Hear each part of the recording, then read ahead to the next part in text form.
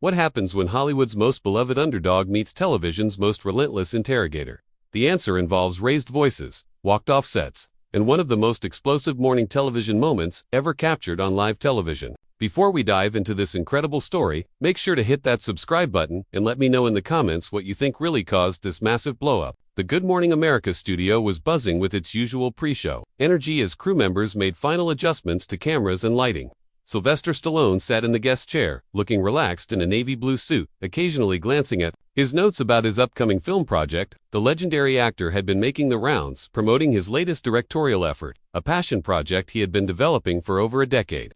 What should have been a routine promotional appearance was about to turn into television history. George Stephanopoulos entered the set with his trademark professional demeanor, but those familiar with his interviewing style knew that behind that polished exterior was a journalist who never missed an opportunity to dig deeper than his guests expected. As he settled into his chair across from Stallone, there was already something in his expression that suggested this would not be the typical softball celebrity interview. "Good morning, I'm George Stephanopoulos, and we're here with Academy Award nominee Sylvester Stallone," he began, as the cameras rolled live across America. "Sly, thanks for being with us this morning." "Thanks for having me, George. Always a pleasure," Stallone replied with his characteristic growly voice, flashing that familiar smile that had charmed audiences for decades. "Now, you're here to talk about your new film, but I want to start with something else," Stefan said, immediately departing from what Stallone's publicist had outlined as the interview topics. "You've been quite vocal about certain political issues lately. Some critics say you've been using your platform irresponsibly.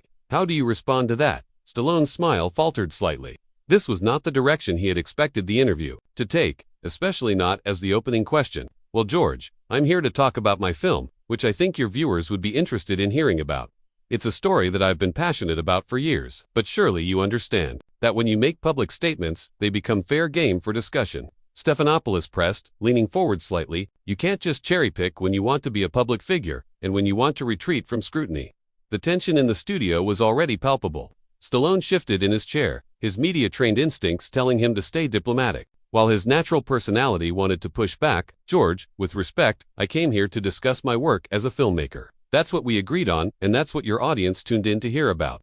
"Actually, our audience is quite sophisticated," Stephanopoulos countered with a slight edge to his voice. "They can handle discussing both your artistic work and your public statements, unless, of course, you're not comfortable defending your positions." There it was, the challenge disguised as a question delivered with that particular brand of intellectual aggression that Stephanopoulos had perfected over years of political interviews. Stallone recognized the trap immediately. If he continued to deflect, he would look evasive.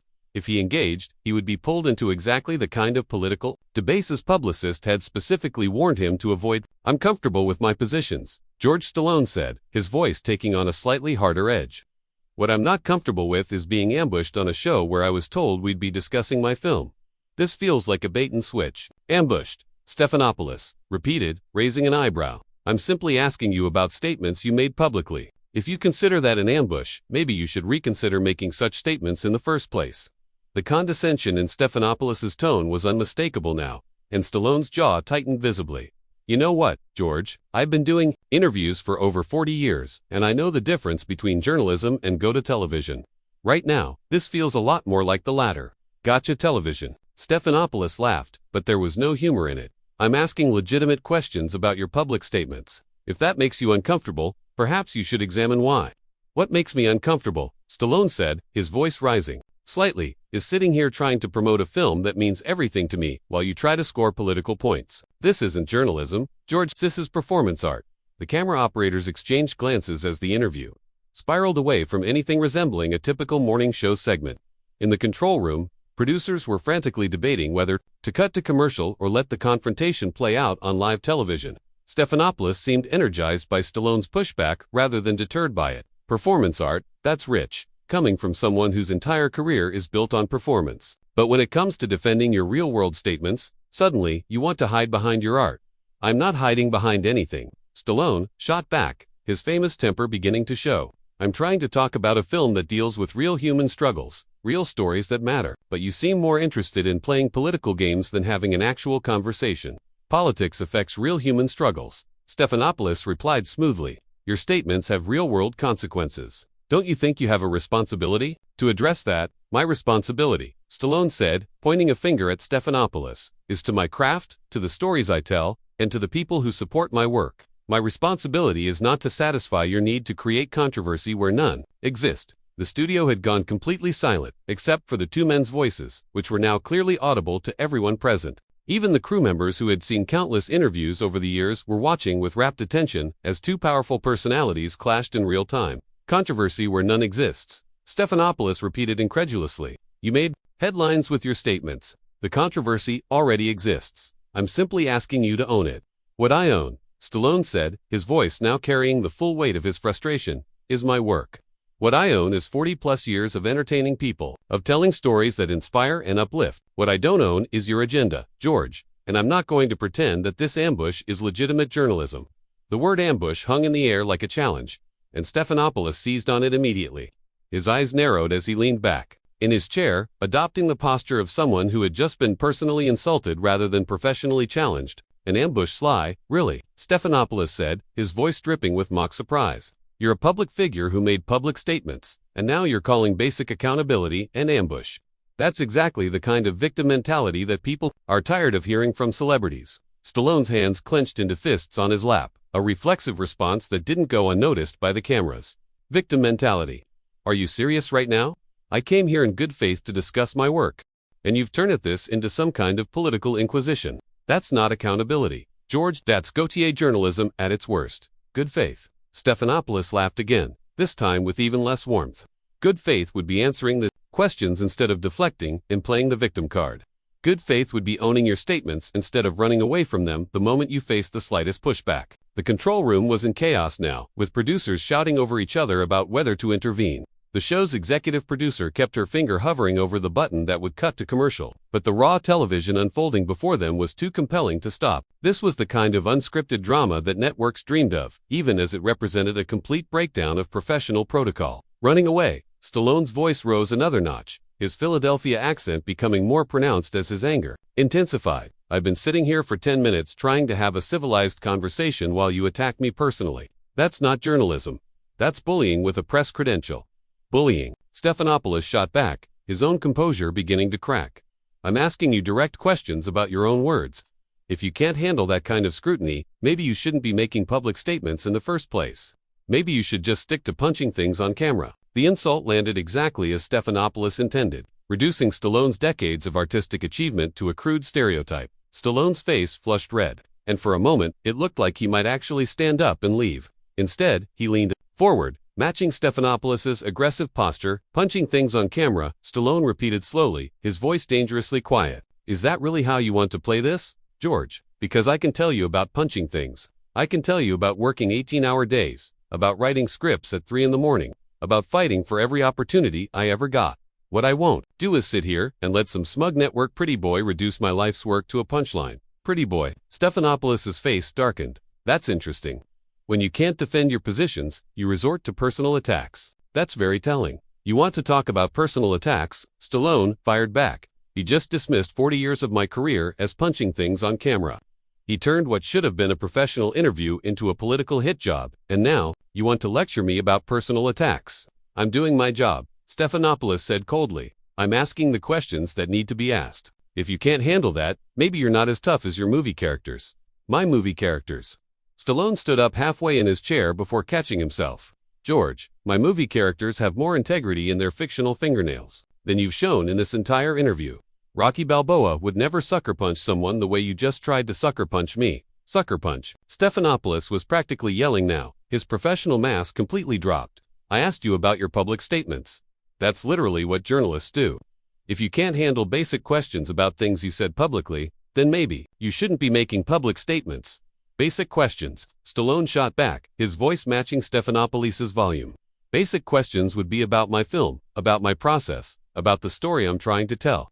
What you're doing is trying to create a viral moment at my expense, and I'm not going to sit here and be your entertainment. The studio audience, which had been silent throughout the escalating confrontation, began to stir uncomfortably. Some viewers were pulling out their phones to record what was clearly becoming a historic television meltdown. The camera operators continued filming, knowing they were capturing something that would be replayed and analyzed for years to come. Viral moment. Stephanopoulos laughed bitterly. You think I need to create viral moments? I've been doing this job since before viral was even a concept. I don't need to manufacture controversy. Sly, you're providing plenty of it all by yourself with your complete inability to handle basic scrutiny. Basic scrutiny, Stallone repeated, his voice now heavy with contempt. Let me tell you something. About scrutiny, George had been scrutinized by critics, by audiences, by studio executives, by everyone who ever had an opinion about my work. But at least they were honest about what they were doing. You're hiding behind the pretense of journalism while you try to tear me down for sport. Tear you down for sport. Stephanopoulos was on his feet now, something that almost never happened. During his interviews, I'm asking you to defend statements you made. If that feels like being torn down, maybe you should examine the statements themselves. Maybe you should examine your motives. Stallone shouted back, also rising from his chair. Because this isn't about my statements, George, this is about you trying to make yourself look important by taking down someone who's accomplished something. With their life, the two men were now standing across from each other, their voices echoing through the studio as decades of professional decorum collapsed in real time. The cameras continued rolling, capturing every angry gesture, every flushed face, every moment of what was rapidly becoming the most explosive morning television confrontation in broadcasting history. Accomplish something. Stephanopoulos' voice cracked with indignation. I've been a journalist for decades. I've covered presidents, I've broken major stories. I've held powerful people accountable. Don't you dare lecture me about accomplishment. Then act like it, Stallone roared back. Act like the professional you claim to be, instead of some tabloid ambush artist. Show some respect for the process, for your audience, for basic human decency. The control room finally made the decision to cut to commercial, but not before millions of viewers witnessed both men shouting at each other, their faces red with anger, their professional masks completely shattered. As the commercial break began, neither man moved from their confrontational positions, both breathing heavily, both clearly past the point of no return. When Good Morning America returned from commercial break, the tension in the studio was so thick it was practically visible through television screens across the country. Both men had reluctantly returned to their seats during the break, but their body language made it clear that nothing had been resolved. If anything, the brief pause had only allowed their anger to simmer and intensify. Stephanopoulos straightened. His tie-in looked directly into the camera with a forced smile that fooled absolutely no one. Welcome back to Good Morning America. I'm here with Sylvester Stallone, and we've been having a very spirited discussion about accountability in public discourse. Spirited discussion. Stallone interrupted before Stephanopoulos could continue. Is that what you're calling this character assassination? A spirited discussion? Character assassination? Stephanopoulos turned back to Stallone with renewed aggression, apparently deciding that the commercial break was a reset button for his attacks. You're the one who brought up personal attacks, not me. I'm simply trying to get you to engage with your own public statements, instead of hiding behind wounded pride. Wounded pride. Stallone's voice was incredulous. George, the only thing wounded here is my faith in professional journalism. You've spent this entire interview trying to bait me into some kind of political fight, instead of doing your job as a host. My job as a host, Stephanopoulos said with deliberate emphasis, is to ask the questions that matter, not to provide you with free advertising for your movie. If you wanted a commercial, you should have bought airtime. That was the moment when something shifted irrevocably in Stallone's demeanor. His shoulders squared, his jaw set, and his eyes took on the steely determination that had made Rocky Balboa an icon. You know what, George, you're absolutely right. This isn't a commercial. This is supposed to be an interview between two professionals. But since you made it clear that professionalism isn't on the table today, let me be very clear about something. Please enlighten us, Stephanopoulos said with exaggerated patience, as if he were dealing with a difficult child.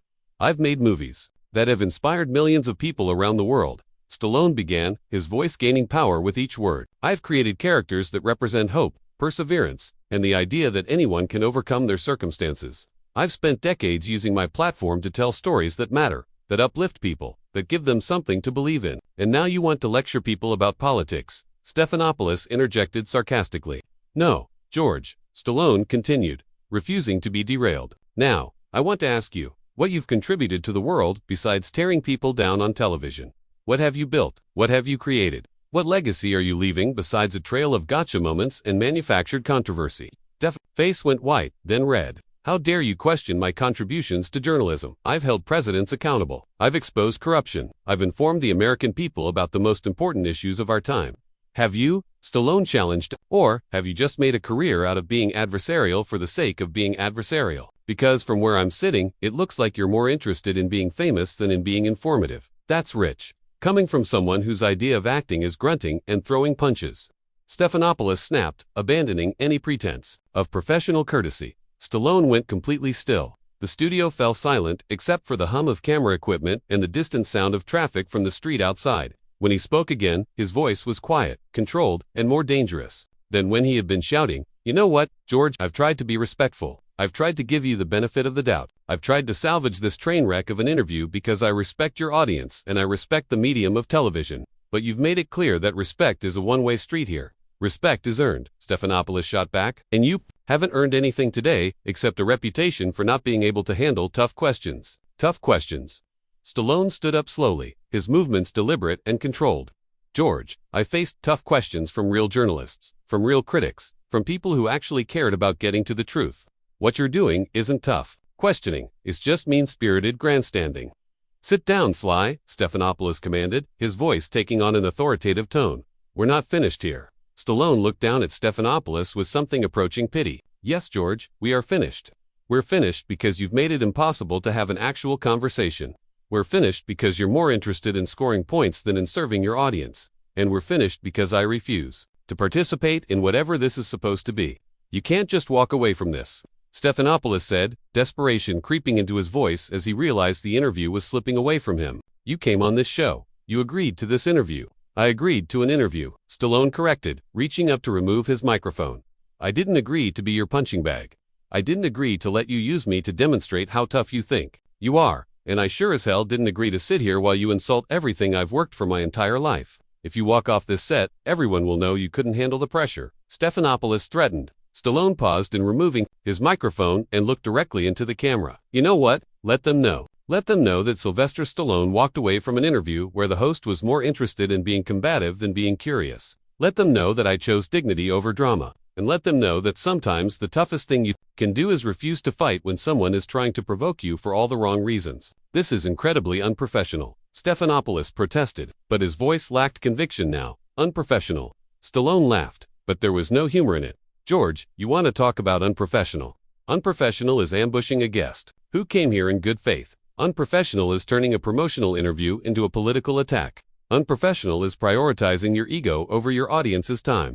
Stallone dropped his microphone on the chair and began walking toward the exit. Stephanopoulos, realizing that his interview was literally walking away from him, made one final desperate attempt to regain control. Running away won't change the fact that you couldn't answer basic questions about your public statements, he called after Stallone. Stallone stopped at the edge of the set and turned around one last time. George, I could answer every question you've asked and 100 more, but I won't do it in this atmosphere with this hostility for someone who's already decided what story he wants to tell, regardless of what I say. Good luck with the rest of your show. And with that, Sylvester Stallone walked off the Good Morning America set, leaving George Stephanopoulos sitting alone, trying to figure out how to explain to his audience what had just happened. The cameras continued rolling as Stephanopoulos attempted to regain his composure, but the damage was done. In less than 20 minutes, a routine celebrity interview had become one of the most talked about moments in morning television history. The confrontation between Stallone and Stephanopoulos became an instant sensation, with viewers debating not just what had been said, but how two professionals could allow a simple interview to spiral so completely out of control. It was a reminder that live television is always unpredictable and that sometimes the most memorable moments come from when everything goes exactly wrong. What do you think really caused this explosive confrontation? Was Stephanopoulos being unnecessarily aggressive, or was Stallone being too sensitive? Let me know your thoughts in the comments below. And don't forget to subscribe for more incredible stories like this.